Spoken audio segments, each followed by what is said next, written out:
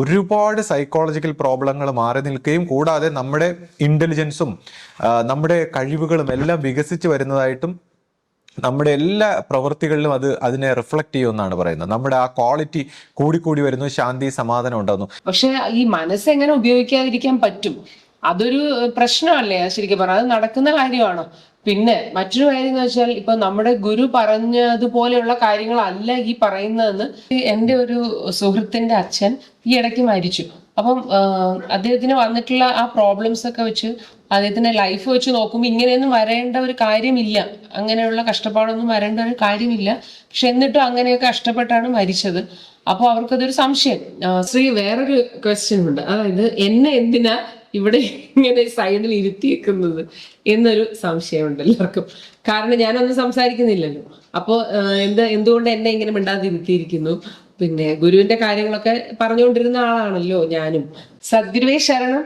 എല്ലാവർക്കും ലൈഫ് ഡിവൈൻ്റെ പുതിയ എപ്പിസോഡിലേക്ക് സ്വാഗതം. ഇപ്പോൾ പൊതുവെ നമ്മുടെ ലൈഫിൽ ഉണ്ടാവുന്ന പ്രോബ്ലംസിനെ കുറിച്ചൊക്കെ അതിന്റെ സൊല്യൂഷൻസിനെ കുറിച്ചൊക്കെയാണ് നമ്മൾ ഈയിടെയായിട്ട് കുറച്ച് ഡിസ്കഷൻ ചെയ്തുകൊണ്ടിരിക്കുന്നത്. അപ്പോൾ ശ്രീ അതിൽ പ്രധാനമായിട്ട് ശ്രീ പറഞ്ഞത് മനസ്സ് ഉപയോഗിക്കരുത് എന്നുള്ളൊരു കാര്യമാണ്. പക്ഷെ ഈ മനസ്സ് എങ്ങനെ ഉപയോഗിക്കാതിരിക്കാൻ പറ്റും? അതൊരു പ്രശ്നമല്ലേ ശരിക്കും പറഞ്ഞാൽ? അത് നടക്കുന്ന കാര്യമാണോ? പിന്നെ മറ്റൊരു കാര്യം എന്ന് വെച്ചാൽ ഇപ്പൊ നമ്മുടെ ഗുരു പറഞ്ഞതുപോലെയുള്ള കാര്യങ്ങളല്ല ഈ പറയുന്നതെന്ന് ചിലർക്കൊരു അഭിപ്രായം പറയുന്നുണ്ട്. കാരണം വെച്ചാൽ ഗുരു ഇങ്ങനെയല്ല നമ്മളെ ട്രെയിൻ ചെയ്തിരിക്കുന്നത്. അപ്പം ശ്രീ ഇങ്ങനെ കയ്യിൽ നിന്നൊക്കെ ഇട്ട് സ്വന്തമായിട്ടൊക്കെ പറയുന്നതാണ്. അപ്പൊ ഇങ്ങനെയൊക്കെ പറയുകയാണെങ്കിൽ അത് നമുക്ക് എങ്ങനെ അത് സ്വീകരിക്കാൻ പറ്റും എന്ന് പല ആളുകൾക്കും തോന്നിയാൽ അവരെ നമുക്ക് കുറ്റം പറയാൻ പറ്റുമോ? അപ്പോൾ എന്താണ് അതിനെ കുറിച്ച് പറയാനുള്ളത്? ഒന്നാമതായി ഇവിടെ പറയുന്ന കാര്യങ്ങളൊന്നും പുതിയ കാര്യങ്ങളല്ല. ഈ ഞാൻ പറയുന്ന കാര്യങ്ങളെല്ലാം തന്നെ ഒരു രീതിയിൽ അല്ലെങ്കിൽ മറ്റൊരു രീതിയിൽ അനേകം ഗുരുക്കന്മാർ സംസാരിച്ചിട്ടുള്ള കാര്യങ്ങൾ തന്നെയാണ്. ആധ്യാത്മിക രംഗത്ത് ഒരുപാട് ഗുരു സ്വഭാവത്തിലൊക്കെ ഇത് സംസാരിച്ചിട്ടുള്ള കാര്യം തന്നെയാണ്. കാര്യം ആർക്കും ഒന്നും ഇവിടെ പുതുതായിട്ട് സൃഷ്ടിക്കാൻ കഴിയില്ല എന്നുള്ളതാണ്. കാലം പാസ്റ്റിലേക്കായാലും ഫ്യൂച്ചറിലേക്കായാലും അനന്തമാണ്. അനന്തമായ കൽപ്പങ്ങൾ ഉണ്ടായി, സൃഷ്ടികളും സ്ഥിതിയും സംഹാരവും ഇതെല്ലാം നടന്നുകൊണ്ടിരിക്കുകയാണ്. അപ്പൊ തന്നെ എല്ലാ തരത്തിലുള്ള കാര്യങ്ങളും ഇവിടെ ഓൾറെഡി ഉണ്ട്. അത് നമ്മൾ അൺകവർ ചെയ്ത് നമ്മൾ അതിനെ പുറത്തെടുക്കുക എന്നുള്ളതാണ്. പിന്നെ ഓരോരുത്തർക്കും അവരുടേതായ ഒരു യുണീക്ക് ഒരു സ്റ്റൈൽ ഉണ്ടാവും, അല്ലെങ്കിൽ ഒരു ശൈലി ഉണ്ടാവും, അത്ര മാത്രമേ ഉള്ളൂ. അല്ലാതെ പ്രസന്റ് ചെയ്യുന്നതിന് ഒരു ശൈലി ഉണ്ടാവും എന്ന് ഒഴിച്ചാൽ ഇതെല്ലാം പഴയ കാര്യങ്ങൾ തന്നെയാണ്. പിന്നെ ഞാനിപ്പോൾ മനസ്സുപയോഗിക്കരുതെന്ന് പറയുമ്പോൾ ഒരുപാട് പേർക്ക് അതിലൊരു വലിയൊരു കൺഫ്യൂഷൻ ഉണ്ടായിട്ടുണ്ട്. അപ്പോൾ ഗുരു ഇതിനെക്കുറിച്ച് എന്താണ് പറഞ്ഞിട്ടുള്ളത് എന്നുള്ളതാണ്. അപ്പോൾ ഗുരു ഇതിനെക്കുറിച്ച് പറഞ്ഞിട്ടുള്ളത് നിങ്ങൾ ബുദ്ധി ഉപയോഗിക്കരുത് എന്നുള്ളതാണ്. അതായത് നിങ്ങൾ കൂടുതൽ ഈ വിഷയത്തിൽ നിങ്ങൾ ബുദ്ധി ഉപയോഗിച്ചാൽ തെറ്റിപ്പോവും, അല്ലെങ്കിൽ അങ്ങനെയൊക്കെ ആ രീതിയിലാണ് ഗുരു സംസാരിച്ചിട്ടുള്ളത്. അപ്പോൾ അതെന്താണെന്ന് ചോദിച്ചാൽ എനിക്കിപ്പോൾ മനസ്സും കൂടെ പറയേണ്ടി വന്നു, അത് ആഡ് ചെയ്യേണ്ടി വന്നു. അതെന്താണെന്ന് വെച്ചാൽ അന്നത്തെ കാലത്ത് കുറച്ചുകൂടി എല്ലാവരും ഈ കർമ്മ സ്വഭാവത്തിലും എല്ലാം എൻഗേജ്ഡ് ആയിരുന്ന ഒരു കാലഘട്ടത്തിൽ ഈ ഭ്രാന്തുള്ളവരെ ഒഴിച്ചു കഴിഞ്ഞാൽ ഈ സാധാരണ ജനസമൂഹത്തിന് ഈ മാനസിക പ്രോബ്ലങ്ങൾ അധികം ഉണ്ടായിട്ടുള്ള ഒരു കാലഘട്ടമല്ല. എല്ലാവരും ഒരു സത്യമായ രീതിയിൽ ജീവിക്കുകയാണ് പൊതുവെ. അപ്പോൾ മാനസികമായിട്ടുള്ള അത്തരത്തിലുള്ള കുഴപ്പങ്ങൾ അങ്ങനെ ഉണ്ടാകാറില്ല. എന്നാൽ നമ്മുടെ ഇന്നത്തെ ഒരു മോഡേൺ സമൂഹം ഒരുപാട് പേര് നമ്മുടെ ഈ ജോലികളും ശരീരത്തിന്റെ ആക്ടിവിറ്റിയൊക്കെ കുറഞ്ഞതോടുകൂടി, കൂടാതെ ഈ പാശ്ചാത്യ സംസ്കാരത്തിലുള്ള ഈ അഭിനയവും ഈ ബിഹേവിയർ ആയിട്ടുള്ള ഈ കാപട്യ സ്വഭാവത്തിൽ നമ്മൾ മനസ്സിലൊന്ന് പുറമേക്കൊന്ന് എന്നുള്ള രീതിയിൽ രണ്ട് തരത്തിലുള്ള ഒരു ബിഹേവിയർ ഒക്കെ ഉണ്ടായി കഴിഞ്ഞപ്പോൾ ഒരുപാട് സൈക്കോളജിക്കൽ പ്രോബ്ലംസ് ആയി കഴിഞ്ഞു. അപ്പൊ അതുകൊണ്ടാണ് ഈ മനസ്സ് ഉപയോഗിക്കരുതെന്ന് പറഞ്ഞത്. അപ്പൊ ഈ സൈക്കോളജിക്കൽ പ്രോബ്ലംസിൽ നിന്ന് നമുക്ക് ഒരുപാട് പ്രശ്നങ്ങളാണ്. നമ്മുടെ മനസ്സിൽ നമ്മൾ ഇല്ലാത്ത ഒരുപാട് പ്രശ്നങ്ങൾ ഇങ്ങനെ ഉണ്ടാക്കുന്ന ഒരു സാഹചര്യത്തിലാണ് ഈ മനസ്സിനെ ഒന്ന് വിട്ടു നിൽക്കണം. അതായത് ഭൗതികമായ നമ്മുടെ കാര്യങ്ങൾക്ക് വേണ്ടി മനസ്സിനെ ഉപയോഗിക്കാം, എന്നാൽ സൈക്കോളജിക്കലും സ്പിരിച്വലും ആയിട്ടുള്ള തലങ്ങളിൽ മനസ്സിനെ ഒഴിവാക്കാനാണ് പറയുന്നത്. ഇപ്പൊ ഇതിനെക്കുറിച്ച് പറയുമ്പോൾ ഒരു സെൻ ഗുരു വളരെ ഹാപ്പി ആയിട്ട്, വളരെ ആനന്ദമായിട്ട് എപ്പോഴും കാണപ്പെടുന്നു. അപ്പൊ അദ്ദേഹത്തിന്റെ ശിഷ്യ പരമ്പരയിൽപ്പെട്ട ഒരാൾ ചോദിച്ചു, അങ്ങ് എപ്പോഴും ഇങ്ങനെ വളരെ ആനന്ദവാനാണ്, എന്താണ് അങ്ങയുടെ സീക്രട്ട് എന്ന് ചോദിച്ചപ്പോൾ അദ്ദേഹം പറഞ്ഞു, എൻ്റെ സീക്രട്ട് ഞാൻ നടക്കുമ്പോൾ നടക്കുന്നു, സൈക്കിൾ ചവിട്ടുമ്പോൾ സൈക്കിൾ ചവിട്ടുന്നു, ഞാൻ കിടക്കുമ്പോൾ കിടക്കുന്നു, ഞാൻ ഭക്ഷണം കഴിക്കുമ്പോൾ ഭക്ഷണം കഴിക്കുന്നു, ഞാൻ വായിക്കുമ്പോൾ വായിക്കുന്നു, അങ്ങനെ ഞാൻ എന്ത് ചെയ്യുന്നോ, ഞാൻ കുളിക്കുമ്പോൾ ഞാൻ കുളിക്കുന്നു. അതായത് ഞാൻ എന്ത് ചെയ്യുമ്പോഴും ആ ജോലിയിൽ സമ്പൂർണ്ണമാണ്. ഞാൻ മനസ്സുപയോഗിച്ച് വേറെന്തെങ്കിലും ചിന്തിച്ചുകൊണ്ടിരിക്കുന്നില്ല. അപ്പൊ ഇതാണ് ഹാപ്പിനെസിന്റെ സീക്രട്ട്. അപ്പോൾ ആ അർത്ഥത്തിലാണ് നമ്മൾ മനസ്സിനെ ഒഴിവാക്കിക്കൊണ്ട് ഈ ചിത്തവൃത്തികൾ, അനാവശ്യമായ അമിതമായിട്ടുള്ള ഒരുപാട് ഈ ഭ്രാന്തമായിട്ടുള്ള ചിത്തവൃത്തികളെ ഒഴിവാക്കിക്കൊണ്ട് നമ്മൾ എന്ത് പ്രവൃത്തിയിലാണോ അല്ലെങ്കിൽ നമ്മുടെ ജീവിതത്തിന്റെ എന്ത് കാര്യത്തിലും നമ്മൾ ഫോക്കസ് ചെയ്യണമെങ്കിൽ നമുക്ക് കൂടുതൽ കൂടുതൽ ക്ലാരിറ്റിയും ശാന്തിയും സമാധാനവും എല്ലാം ഉണ്ടാകും എന്നുള്ള ഒരു വശത്താണ്. പിന്നെ കൂടാതെ എന്തുകൊണ്ടാണ് ഈ സൈക്കോളജിക്കലായിട്ട് ഇത്രമാത്രം മനസ്സുപയോഗിക്കരുതെന്ന് പറയുന്നതെന്ന് വെച്ചാൽ, ഇപ്പോൾ നമ്മൾ തന്നെ ഇപ്പോൾ ഒരു കാര്യത്തെക്കുറിച്ച് ഇങ്ങനെ ചിന്തിക്കുമ്പോൾ അയാൾ എന്നെക്കുറിച്ച് അങ്ങനെ കരുതിയിട്ടുണ്ടാകാം, അല്ലെങ്കിൽ ഇയാളൊരു അഹങ്കാരത്തിൽ നിന്നാണ് സംസാരിക്കുന്നത്, ഇയാൾക്ക് എന്നോട് ശത്രുതയാണ്, പകയാണ്, അല്ലെങ്കിൽ ഞാൻ അങ്ങനെയാണ് കരുതിയത്, ഇങ്ങനെയാണ്, അവൻ ഇങ്ങനെയാണെന്നൊക്കെ പറഞ്ഞ് നമുക്ക് നൂറ് സംശയങ്ങളാണ്. പക്ഷെ ഈ സംശയങ്ങൾക്കൊന്നും സത്യം പറഞ്ഞ ഒരു വാലിഡിറ്റി ഉണ്ടാകണമെന്നില്ല. ഇത് നമ്മുടെ ഈ മനസ്സൊരു റോബോട്ടിക്കായിട്ട് ചിന്തിച്ച് നമ്മളെ കൊളാപ്സ് ആക്കുകയാണ്. അപ്പം നമുക്ക് എന്ത് കാര്യത്തിനെയും നമ്മുടെ ബോധപൂർവമായ അവയർനെസ്സിൽ നമുക്ക് ആ നിമിഷത്തിൽ ഹാൻഡിൽ ചെയ്യാൻ ഉള്ള ഒരു ഇന്റലിജൻസ് ഉണ്ടെന്നിരിക്കെ നമ്മൾ എന്തിനാണ് ഇങ്ങനെ ആലോചിച്ച് കൂട്ടുന്നതെന്നുള്ളതാണ്. അപ്പം എന്തെങ്കിലും ഇപ്പൊ ഇമോഷണലായിട്ട് ഒരു ഹേർട്ട് ആവുന്ന സിറ്റുവേഷൻ ഉണ്ടായാൽ അത് നമ്മൾ ആ നിമിഷം അത് തീർന്നു. പക്ഷെ നമ്മളിങ്ങനെ ആലോചിച്ച് അതിനെ വഷളാക്കുക.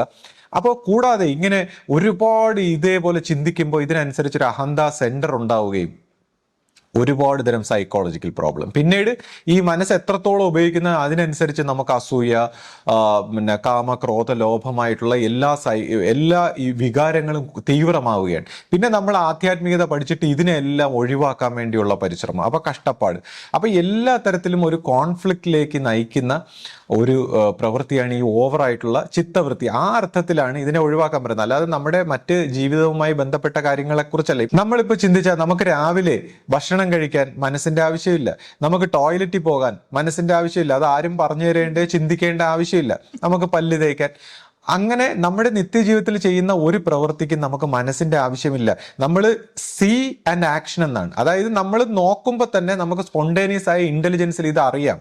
അപ്പോൾ ആ രീതിയിൽ എല്ലാം ആ ഒരു സ്പോണ്ടേനിറ്റിയിൽ നമ്മൾ സീ ആൻഡ് ആക്ഷൻ എന്നുള്ള രീതിയിൽ പ്രവർത്തിക്കുകയാണെങ്കിൽ ഒരുപാട് സൈക്കോളജിക്കൽ പ്രോബ്ലങ്ങൾ മാറി നിൽക്കുകയും കൂടാതെ നമ്മുടെ ഇന്റലിജൻസും നമ്മുടെ കഴിവുകളും എല്ലാം വികസിച്ച് വരുന്നതായിട്ടും നമ്മുടെ എല്ലാ പ്രവൃത്തികളിലും അതിനെ റിഫ്ലക്റ്റ് ചെയ്യുമെന്നാണ് പറയുന്നത്. നമ്മുടെ ആ ക്വാളിറ്റി കൂടിക്കൂടി വരുന്നു, ശാന്തി സമാധാനം ഉണ്ടാകുന്നു.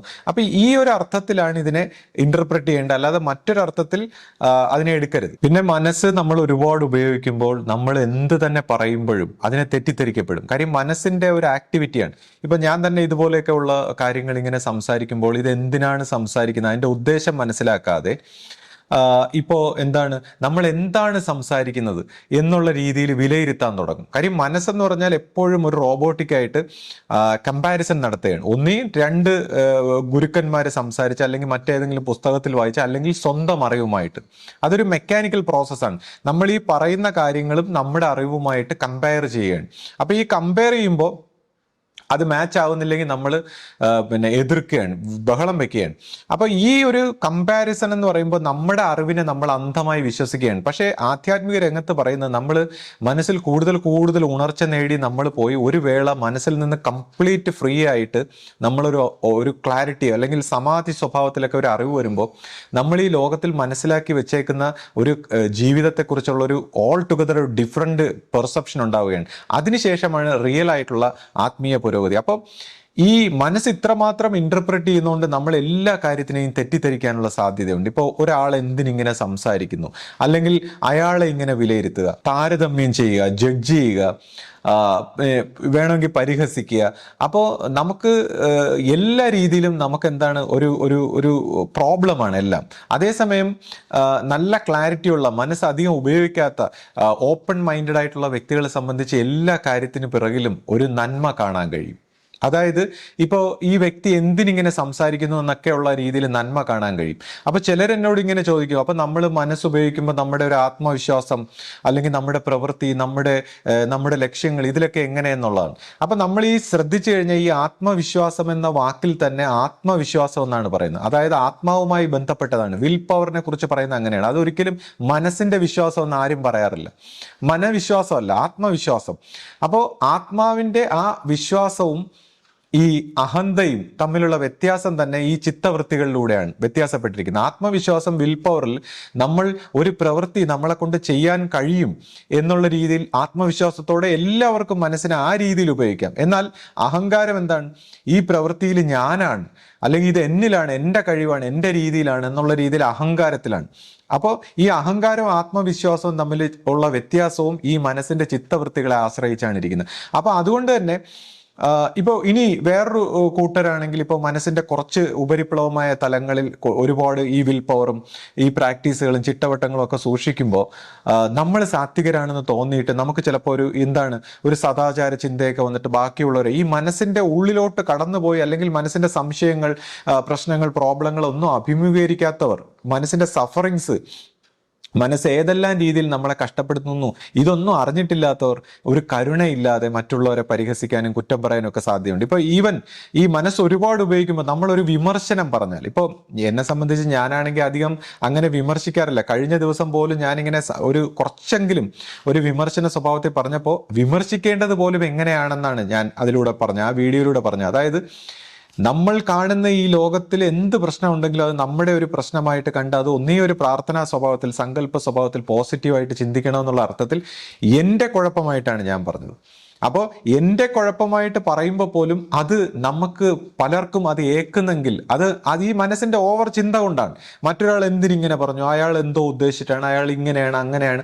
അപ്പോൾ ഇതെല്ലാം നമ്മുടെ ഈ ഒരു മാനസികമായിട്ടുള്ള ഓവറായിട്ടുള്ള ഈ ചിന്താ സ്വഭാവത്തിൽ നിന്നാണ് നമ്മളെല്ലാം തെറ്റിദ്ധരിക്കുന്നത്, അല്ലെങ്കിൽ ശരിയായിട്ടാണ് ധാരണ. ഇപ്പോൾ ഈവൻ ഗുരു തന്നെ പറഞ്ഞിട്ടുണ്ട്, എന്നെ കുറ്റം പറഞ്ഞു കളഞ്ഞു എന്ന് പറയും. പക്ഷേ ഈ കുറ്റം പറയുന്നത് നല്ലതാണെന്ന് അറിയില്ല.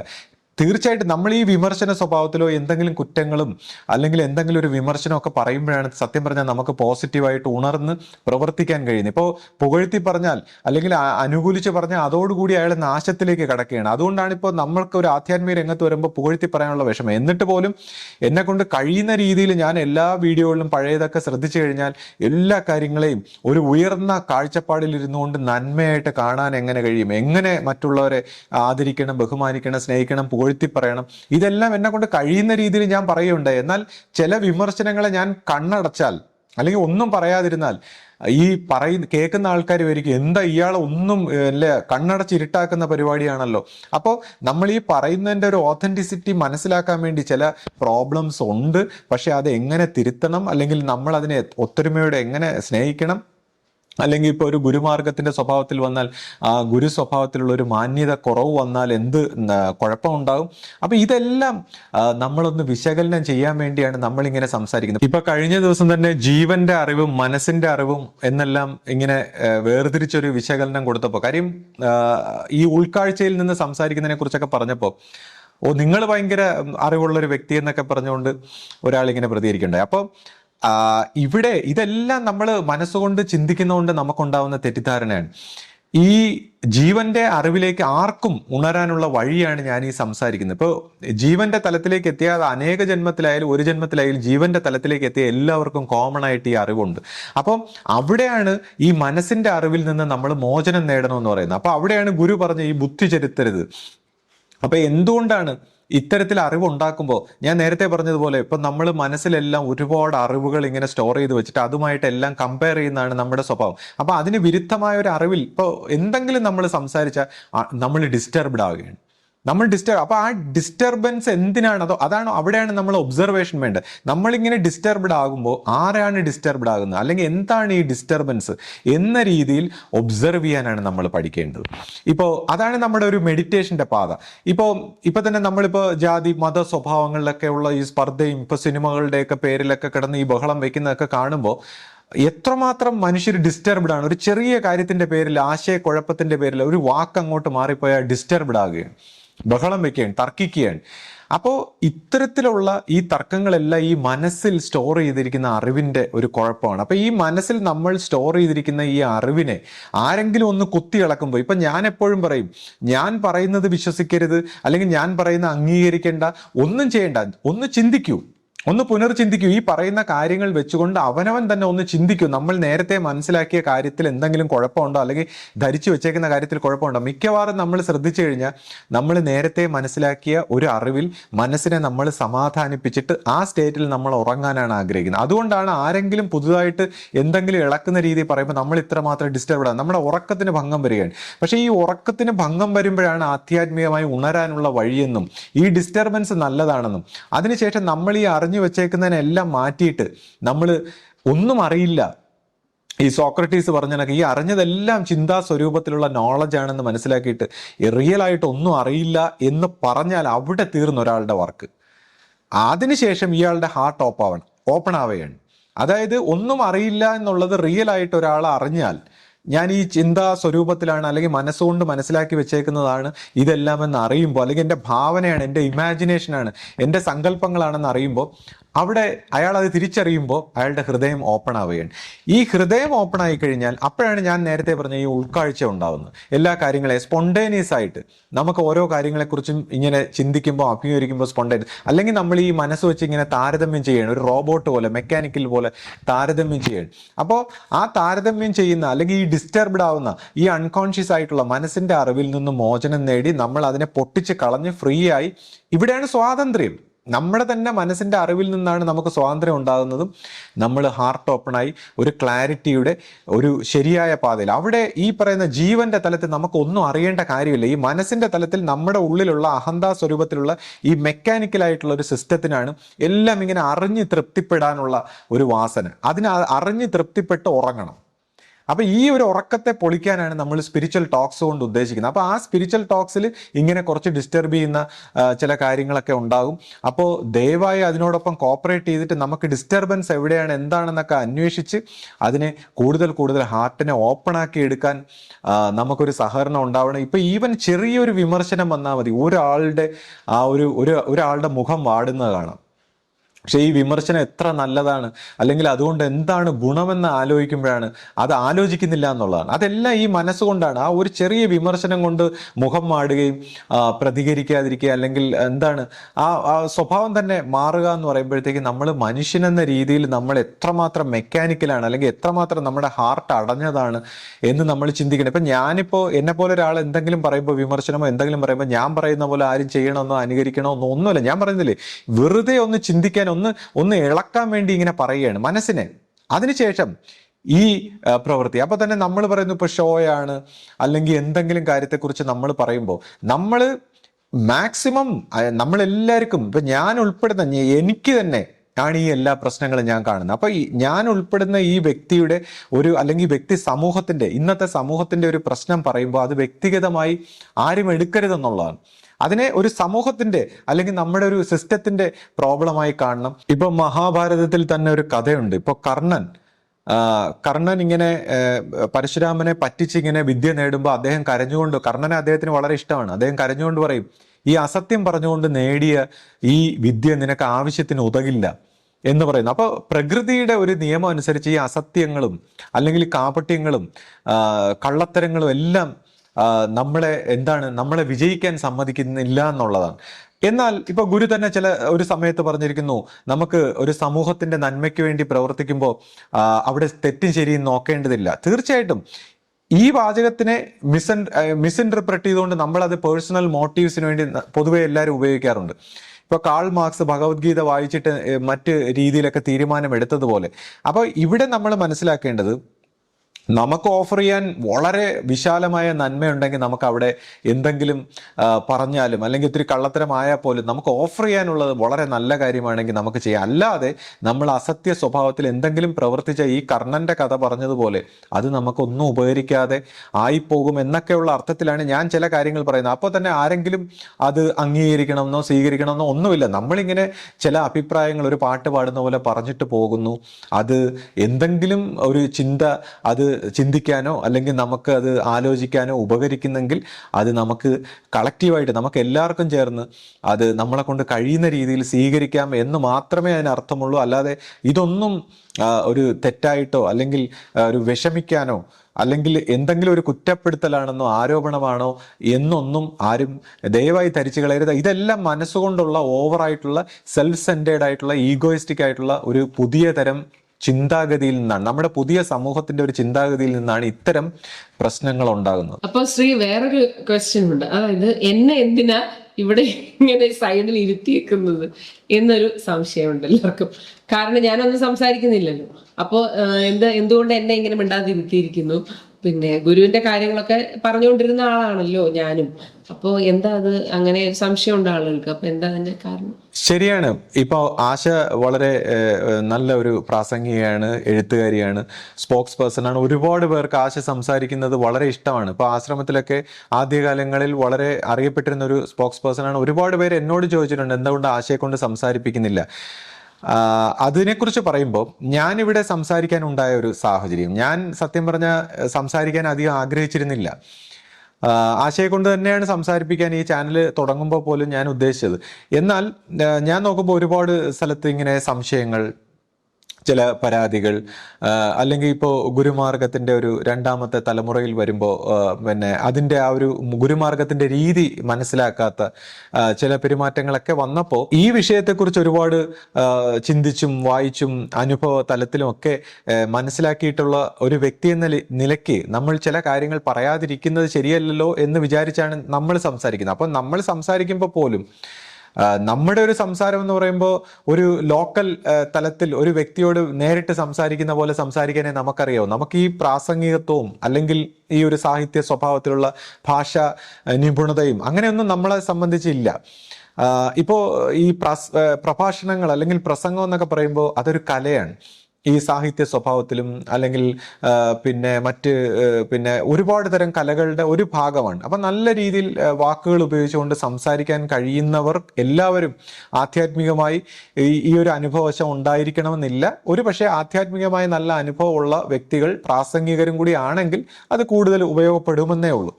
അപ്പോൾ എനിവേ, നമ്മൾ ഈ സംസാരിക്കുന്ന കാര്യങ്ങൾക്ക് നമുക്ക് ഈ പറയുന്ന ഒരു ക്വാളിറ്റീസും ഇല്ല, പക്ഷേ നമുക്കിത് പറയാതിരിക്കാൻ കഴിയുന്നില്ല എന്നുള്ളൊരു സാഹചര്യത്തിലാണ്. അപ്പം ഞാൻ തന്നെ ആശയോട് പറഞ്ഞു, ഞാനിപ്പോൾ ഇതിൻ്റെ ഒരു പ്ലാറ്റ്ഫോം ഒന്ന് ക്രിയേറ്റ് ചെയ്ത് കഴിഞ്ഞാൽ ആശയെ കൊണ്ട് ഞാൻ സംസാരിപ്പിക്കാം. മിക്കവാറും ആ രീതിയിൽ ഒരു മൈൻഡിൻ്റെ തലത്തിൽ ആശ വളരെ വിശദമായിട്ട് നല്ല രീതിയിലൊക്കെ സംസാരിക്കുമ്പോൾ അത് ഒരുപാട് വ്യൂവേഴ്സ് ഉണ്ടാകാനും ഒക്കെ സാധ്യതയുണ്ട് ഒരുപാട് പേർക്ക്. പക്ഷേ ഞാൻ ആശയോട് തന്നെ പറഞ്ഞു, നമ്മുടെ ഒരു പൊതു സ്വഭാവത്തിൽ എന്ന് പറഞ്ഞാൽ എൻ്റെ മതം വലുത്, അല്ലെങ്കിൽ എൻ്റെ ആശയം വലുത്, എൻ്റെ രീതി വലുത് എന്നൊക്കെ ഉള്ള രീതിയിൽ മറ്റുള്ളവരെ പ്രൊവോക്ക് ചെയ്യുന്ന ഒരു പ്രവണതയുണ്ട്. അപ്പം ഞാൻ ആശയോടൊക്കെ പറഞ്ഞു, അങ്ങനെ നമ്മൾ ഒരിക്കലും സംസാരിക്കരുത്. ഒരു പബ്ലിക് സ്ഥലത്ത് വരുമ്പോൾ ഇപ്പോൾ ഒരുപാട് പേര് ഇതേപോലെ നമ്മുടെ ആശയം വലുത് അല്ലെങ്കിൽ നമ്മുടെ രീതിയിലുള്ള വ്യത്യസ്തത എന്നൊക്കെ പറഞ്ഞുകൊണ്ട് സംസാരിച്ച് മറ്റുള്ളവരെ വിഷമിപ്പിക്കുകയും പ്രൊവോക്ക് ചെയ്യുകയും വെറുപ്പിക്കുകയും ഒക്കെ ചെയ്യുന്ന ഒരു സാഹചര്യത്തിൽ അത്തരത്തിലൊന്നും സംസാരിക്കാതെ വളരെ നമ്മൾ ഒരു നന്മയുള്ള അല്ലെങ്കിൽ ഒരു സ്നേഹത്തിന്റെ എന്തെങ്കിലും ഒരു ഷെയറിങ് എന്നുള്ള രീതിയിലേ നമ്മൾ സംസാരിക്കാവൂന്ന് ഞാനിങ്ങനെ പറഞ്ഞിട്ടുണ്ട്. പിന്നെ എൻ്റെ വിഷയം പറയുമ്പോൾ എനിക്ക് ഗുരുവിനെ കുറിച്ച് അങ്ങനെ സംസാരിക്കാനോ അതിനുള്ള ഒരു യോഗ്യത ഉണ്ടെന്ന് എനിക്ക് തോന്നുന്നില്ല. കൂടാതെ നമ്മളിപ്പോൾ ഗുരു പറഞ്ഞിട്ടുള്ള വിഷയങ്ങളെ ഒന്നും എടുത്ത് വിശകലനം ചെയ്യാനോ അതിനൊന്നും ഉള്ളൊരു അറിവോ അല്ലെങ്കിൽ ആ ഒരു തലത്തിലൊന്നും ഉള്ളൊരു വ്യക്തിയായിട്ട് ഞാൻ കരുതുന്നില്ല. അതിനെല്ലാം അതിന് നിയോഗിക്കപ്പെട്ടിട്ടുള്ള അതിന് യോഗ്യതയുള്ള അറിവുള്ള വ്യക്തികളുണ്ട്. ഇനി നല്ല രീതിയിലുള്ളവർ വരും.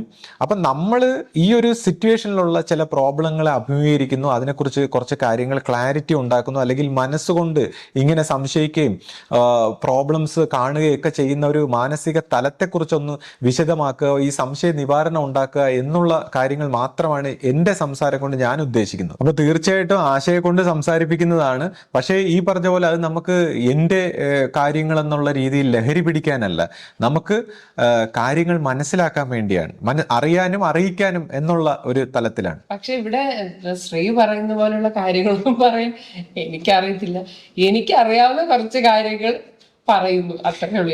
അത് തന്നെയാണ് നമ്മൾ ഉദ്ദേശിക്കുന്നത്. ഇപ്പോൾ ഓരോരുത്തരും അവരവരുടെ തലത്തിൽ ഓരോരുത്തർ സംസാരിക്കുന്നതും മനസ്സിലാക്കുന്നതും എല്ലാം അവരവരുടെ ഒരു തലത്തിൽ അതിന് യോജിച്ച ഓഡിയൻസും ഉണ്ട്. ഒരു പക്ഷേ ആ കാര്യങ്ങൾ നമുക്ക് നല്ല രീതിയിൽ തന്നെ മുന്നോട്ട് കൊണ്ടുപോകാം. പക്ഷെ ഇവിടെ ഞാൻ ഈ പറഞ്ഞ പോലെ ഈ സൈക്കോളജിക്കലായിട്ടുള്ള ഒരുപാട് സംശയ നിവാരണങ്ങളും അല്ലെങ്കിൽ ഇതുപോലുള്ള പ്രശ്നങ്ങളെ ഒന്ന് ക്ലാരിഫൈ ചെയ്യാനാണ് ഞാൻ ഉദ്ദേശിച്ചത്. പിന്നെ ശ്രീ, എൻ്റെ ഒരു സുഹൃത്തിന്റെ അച്ഛൻ ഈ ഇടയ്ക്ക് മരിച്ചു. അപ്പം അദ്ദേഹത്തിന് വന്നിട്ടുള്ള ആ പ്രോബ്ലംസ് ഒക്കെ വെച്ച് അദ്ദേഹത്തിന്റെ ലൈഫ് വെച്ച് നോക്കുമ്പോൾ ഇങ്ങനെയൊന്നും വരേണ്ട ഒരു കാര്യമില്ല, അങ്ങനെയുള്ള കഷ്ടപ്പാടൊന്നും വരേണ്ട ഒരു കാര്യമില്ല. പക്ഷെ എന്നിട്ടും അങ്ങനെയൊക്കെ കഷ്ടപ്പെട്ടാണ് മരിച്ചത്. അപ്പോൾ അവർക്കതൊരു സംശയം സംശയം എന്ന് പറയുമ്പോൾ ഇപ്പൊ അവർ പറയുന്നുണ്ട്, ഇപ്പൊ ചില വീഡിയോസ് ഒക്കെ ഇറങ്ങിയിട്ടുണ്ടല്ലോ, അപ്പൊ അതിലൊക്കെ പറയുന്നത് പോലെയുള്ള ചില കാര്യങ്ങളൊക്കെ അവരുടെ മനസ്സിലും അങ്ങനെയൊക്കെ ചിന്ത വരുന്നു എന്ന് പറയുന്നു. അതെന്താ? അതെ അതെ, അതിപ്പം ഇപ്പോൾ എല്ലാവരെയും ഇങ്ങനെ തെറ്റിദ്ധരിപ്പിക്കാൻ വേണ്ടി ഒരുപാട് വ്യക്തികൾ, അതായത് ഞാൻ നേരത്തെ പറഞ്ഞ ഈ മനസ്സിന്റെ എന്താ പറയുക, ചില ഒരു പൈശാചിക സ്വഭാവത്തിൽ നമ്മുടെ മനസ്സിനെ ഇൻഫ്ലുവൻസ് ചെയ്തുകൊണ്ട് ഓരോരുത്തർ ഓരോ രീതിയിൽ ഇങ്ങനെ പ്രവർത്തിക്കുകയാണ്. അപ്പോൾ എന്താ പറയുക, ആ ദൈവികമായ ഒരു ധർമ്മം നടപ്പിലാകാൻ സമ്മതിക്കാത്ത രീതിയിൽ പല സ്ഥലങ്ങളിൽ നിന്ന് ഇതുപോലെ ഉള്ള പ്രവർത്തനങ്ങൾ നമ്മുടെ ശ്രദ്ധയിൽപ്പെടുകയാണ്. അപ്പോൾ ഈ വ്യക്തി തന്നെ ഇപ്പോൾ ഇങ്ങനെ പറയുമ്പോൾ അദ്ദേഹത്തിന് അങ്ങനെ ഒന്നും വരാൻ സാധ്യതയില്ല എന്നാണ് അദ്ദേഹം പറയുന്നത്. അപ്പം ഞാൻ അദ്ദേഹത്തോട് പറഞ്ഞു, അത് നമ്മുടെ നമ്മുടെ ജീവിതത്തിൽ സംഭവിക്കുന്ന എല്ലാ കാര്യങ്ങളുടെ ഉത്തരവാദിത്വം നമുക്ക് തന്നെയാണ്. അത് മറ്റ് ഒരു തലത്തിലും നമുക്ക് കാണാൻ കഴിയില്ല. കാര്യം നമ്മളിങ്ങനെ പറയും, ജനിക്കുമ്പോൾ തന്നെ ഒരു ജാതകം അല്ലെങ്കിൽ ഒരു തിരക്കഥ, ഒരു കർമ്മഗതി. ഒരു വ്യക്തി ജനിക്കുമ്പോൾ അയാൾ എം ടി ആയിട്ടുള്ള ഒരു ബ്രെയിനുമായിട്ട് ജനിക്കുമ്പോൾ എവിടെയൊക്കെ ഓരോ ഗ്രഹങ്ങളും ഓരോ രീതിയിലുള്ള ഒരു ഇൻഫർമേഷൻസ് എല്ലാം 4 വഴി കൂടെ നമ്മുടെ ബ്രെയിനിനെ ഫീഡ് ചെയ്യാണ്.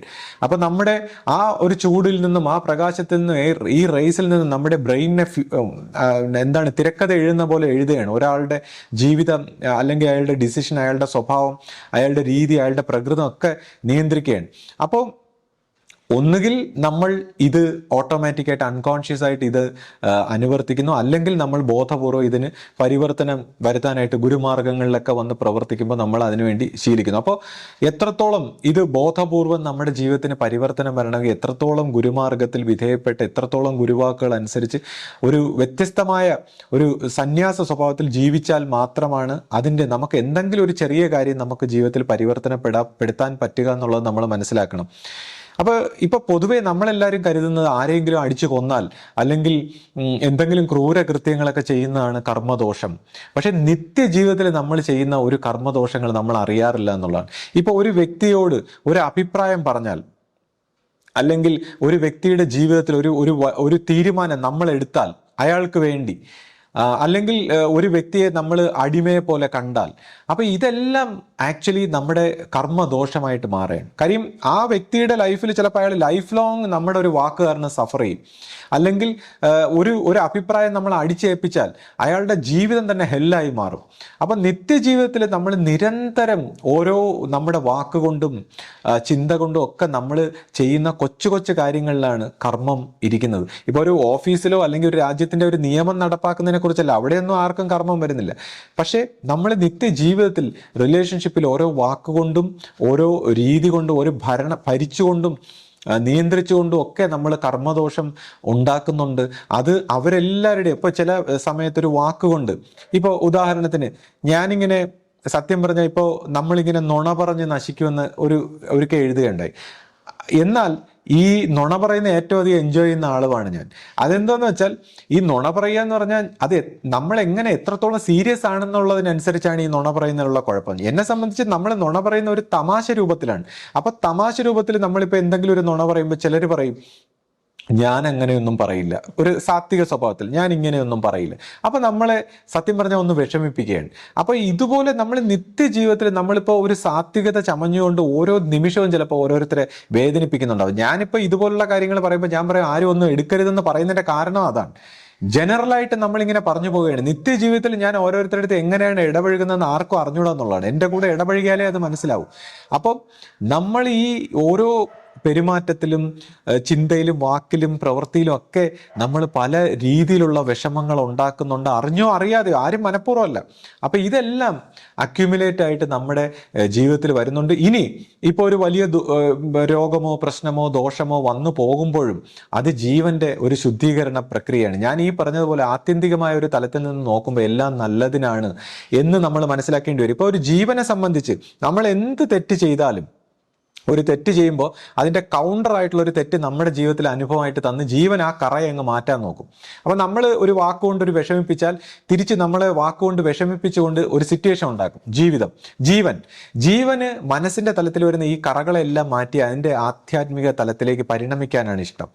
അപ്പോൾ ഇവിടെയാണ് എന്താണ് നാരായണ ഗുരു ഈ സിദ്ധി സ്വഭാവത്തിലൊക്കെ ചെറുപ്പത്തിൽ ഇങ്ങനെ സിദ്ധി സ്വഭാവത്തിൽ പ്രശസ്തനായപ്പോൾ അദ്ദേഹത്തിന്റെ ഗുരു ചോദിച്ചു, നാരായണ ഇഹത്തിന് വേണ്ടിയോ പരത്തിന് വേണ്ടിയോ ഇതെല്ലാം ചെയ്യുന്നു? അപ്പൊ നാരായണ ഗുരു പറഞ്ഞു, പരത്തിന് വേണ്ടി. എന്നാ പിന്നെ ഈ സിദ്ധിയൊക്കെ അങ്ങ് നിർത്തിയേക്കൂ. അപ്പൊ എന്ന് പറയുന്ന പോലെ ഈ ലോകത്തിൽ നമ്മുടെ ഓരോ കാര്യങ്ങളും നമ്മൾ മരിച്ചതിന് ശേഷമല്ല, നമ്മുടെ കൂടെ ഇപ്പോഴും ജീവൻ പരത്തിൽ തന്നെയാണ്. ആ പരം എന്ന് പറയുന്ന സ്റ്റേറ്റിലാണ്. ആ പരത്തിലുള്ള ജീവന് ശാന്തി കിട്ടുന്ന രീതിയിൽ ആയിരിക്കണം നമ്മൾ എപ്പോഴും ജീവിക്കേണ്ടത്. എന്നാൽ മാത്രമേ നമുക്ക് ഈ പറയുന്ന ജീവിതം ശരിയായ രീതിയിൽ കൊണ്ടുപോകാൻ പറ്റും. ഇതിപ്പോ എല്ലാം തികഞ്ഞിട്ടല്ല നമ്മൾ പറയുന്നത്. നമ്മളിതിപ്പോ ഇൻവെസ്റ്റിഗേറ്റ് ചെയ്യുമ്പോൾ ഇത് ഇങ്ങനെയാണ് മനസ്സിലാവുന്നത്. അതായത് ജീവന്റെ തലത്തിൽ എന്ത് കറ, ഒരാളുടെ അവയർനെസ്സിനനുസരിച്ച് അത് ഇമ്മീഡിയറ്റ് ആയിരിക്കും. ഒരാൾ ഒട്ടും അവെയർ അല്ലാത്തൊരു വ്യക്തി ചിലപ്പോൾ ജന്മങ്ങൾ കഴിഞ്ഞിട്ടായിരിക്കും ഇത് അറിയുന്നത്. അപ്പൊ എന്തായാലും നമ്മൾ ജീവന്റെ തലത്തിൽ എന്തെല്ലാം കറകൾ, എന്തെല്ലാം പ്രശ്നങ്ങൾ, എന്തെല്ലാം നമ്മൾ പുറത്തോട്ട് ചെയ്യുന്നോ അതെല്ലാം അപ്പ തന്നെ നമ്മുടെ ജീവിതത്തിലേക്ക് തിരിച്ചു വന്നുകൊണ്ട് നമ്മളെ ജീവൻ ശുദ്ധി ചെയ്യാൻ നോക്കുകയാണ്. അപ്പൊ അതുകൊണ്ട് തന്നെ നമ്മൾ ഈ പ്രശ്നങ്ങൾ എന്ന് പറയുന്നത്, ഇപ്പൊ ആധ്യാത്മിക രംഗത്ത് വരുമ്പോൾ ഒരുപാട് പേര് പലതരം പ്രശ്നങ്ങൾ എന്ന് പറയുന്ന ഒന്നും പ്രശ്നങ്ങളല്ല, അത് ജീവന്റെ ഒരു ശുദ്ധീകരണ പ്രക്രിയയാണ്. അതിന് നമ്മൾ അക്സെപ്റ്റ് ചെയ്തുകൊണ്ട് സമാധാനത്തോടെ വില്ലിങ് ആവുമ്പോൾ, അല്ലെങ്കിൽ ഒരു പ്രാർത്ഥനാ സ്വഭാവത്തിൽ, ഒരു യാചന പ്രാർത്ഥനാ സ്വഭാവത്തിൽ, അല്ലെങ്കിൽ എന്താണ് ഡിറ്റാച്ച്ഡ് ആയിട്ടുള്ള ഒരു ധ്യാന സ്വഭാവത്തിൽ ഇതിന് വില്ലിങ് ആവുമ്പോൾ, അക്സെപ്റ്റ് ചെയ്യുമ്പോൾ ഇതിൻ്റെ തീവ്രത കുറഞ്ഞുകൊണ്ട് നമ്മളെ ഇതിൽ നിന്നും കൂടുതൽ കൂടുതൽ ഫ്രീ ആക്കാനും ശാന്തമാക്കാനും സമാധാനമായിട്ട് പോകാനും ഒക്കെ നമ്മളെ ഹെൽപ്പ് ചെയ്യുന്നു എന്നുള്ളതാണ്. അപ്പോൾ ഇതുപോലെ നമ്മൾ നിത്യജീവിതത്തിൽ എന്താണ് ഓരോ സംസാരത്തിലും വാക്കിലും ഒക്കെ നമ്മൾ മറ്റുള്ളവരെ ഇൻസൾട്ട് ചെയ്യാതെയും വിഷമിപ്പിക്കാതെയും എല്ലാം സംസാരിക്കാൻ, അല്ലെങ്കിൽ നമ്മളെ ഇങ്ങനെ വലുതാക്കി കാണിക്കാനാണ് നമ്മുടെ എല്ലാ പരിശ്രമവും. അതായത് ഇപ്പോൾ ഒരു വിമർശനം വരുമ്പോൾ എല്ലാത്തിലും നമ്മൾ പുകഴ്ത്തലുകൾ കേൾക്കാനാണ്. പക്ഷെ ഞാനിപ്പോൾ ആശയോടൊക്കെ പറയും ഇങ്ങനെ, എന്താണ് നമ്മൾ കഴിഞ്ഞ വീഡിയോസിലൊക്കെ ഞാൻ പറഞ്ഞ പോലെ നമ്മുടെ അവതാര സ്വഭാവത്തിലുള്ള ഈ മൈൻഡ് ബോഡി മെക്കാനിസം ഒരു ഒരു ഇല്യൂഷന്റെ ഭാഗമാണെന്ന്, നമ്മുടെ ജീവന്റെ സ്വഭാവമാണ് സത്യമെന്നും പറയുമ്പോൾ നമ്മൾ ഈ അഹന്തയെ പ്രൊട്ടക്ട് ചെയ്യുന്നതിനനുസരിച്ച് നമ്മൾ കൂടുതൽ കൂടുതൽ മനസ്സിൽ മുങ്ങിത്താഴുകയും നമുക്ക് പ്രശ്നങ്ങൾ, ഏറ്റവും അധികം പ്രശ്നങ്ങളും പ്രോബ്ലങ്ങളും തരുന്ന അതിനെയാണ് നമ്മൾ പ്രൊട്ടക്ട് ചെയ്യാൻ നോക്കുന്നത്. അപ്പൊ ഈ ഞാനെന്ന ഭാവത്തിൽ നമുക്ക് എല്ലാ വേദനയും പ്രശ്നങ്ങളും രോഗങ്ങളും എല്ലാ നെഗറ്റിവിറ്റിയും തരുന്ന ഈ ഒരു സെന്ററിനെ നമ്മൾ പ്രൊട്ടക്ട് ചെയ്യുന്നു. എന്നാൽ ഈ സെന്ററിനെ ഞാൻ ഒന്നുമല്ല എന്നുള്ള രീതിയിൽ, അല്ലെങ്കിൽ നമ്മൾ ഇതിനെ വിശകലനം ചെയ്തുകൊണ്ട്, അല്ലെങ്കിൽ എൻ്റെ അറിവുകളും എൻ്റെ ഈ ചിന്തകളും എൻ്റെ ഈ ഞാനെന്ന ഭാവം ഇതെല്ലാം നമ്മൾ ഒബ്സർവ് ചെയ്തുകൊണ്ട് ഇതിനെ പൊട്ടിച്ച് നമ്മുടെ ജീവന്റെ ഒരു ഭാവത്തിലേക്ക് വളരുകയാണ് നമ്മുടെ ലക്ഷ്യം എന്ന് മനസ്സിലാക്കി, അല്ലെങ്കിൽ അതാണ് ശാന്തിയുടെയും സമാധാനത്തിൻ്റെയും ജീവിതം എന്ന് മനസ്സിലാക്കുമ്പോൾ നമ്മൾ അടിമുടി ഒരു പുതിയ വ്യക്തിയാകാൻ പരിശ്രമിക്കുന്നതാണ്. അപ്പോൾ അതുപോലുള്ള ഒരു പരിശ്രമത്തിലേക്ക് നമുക്ക് ഒത്തൊരുമിച്ച് മുന്നേറാം എന്നുള്ള ഒരു അർത്ഥത്തിലാണ് ഇതുപോലുള്ള വീഡിയോകൾ ഞാൻ ഷെയർ ചെയ്യുന്നത്. അല്ലാതെ ഒരിക്കലും ഇത് ആരെയും തിരുത്താനോ പഠിപ്പിക്കാനോ അല്ലെങ്കിൽ എന്തെങ്കിലും ഉദ്ദേശത്തിലല്ല. നമ്മുടെ ആ ഒരു ലക്ഷ്യത്തിൽ നമ്മൾ എന്തെങ്കിലും പറയുന്നതോ പ്രവർത്തിക്കുന്നതോ അല്ലെങ്കിൽ അതിലുള്ള തെറ്റ് കുറ്റങ്ങളെല്ലാം ക്ഷമിക്കണം. അത് കേൾക്കുന്നതിൽ എന്തെങ്കിലും മിസ്റ്റേക്ക് വന്നിട്ടുണ്ടെങ്കിൽ അത് കേൾക്കുന്നവർ ദയവായി എന്നോട് ക്ഷമിക്കണം. അപ്പോൾ നമുക്ക് എല്ലാ രീതിയിലും ഒരു ശാന്തമായ അല്ലെങ്കിൽ നന്മയുടെ വശത്തുള്ള ഒരു ജീവിതത്തിലേക്ക് മുന്നേറാൻ കഴിയട്ടെ എന്ന് സർവേശ്വരനോട് പ്രാർത്ഥിച്ചുകൊണ്ട് സദ്ഗുരുവേ ശരണം.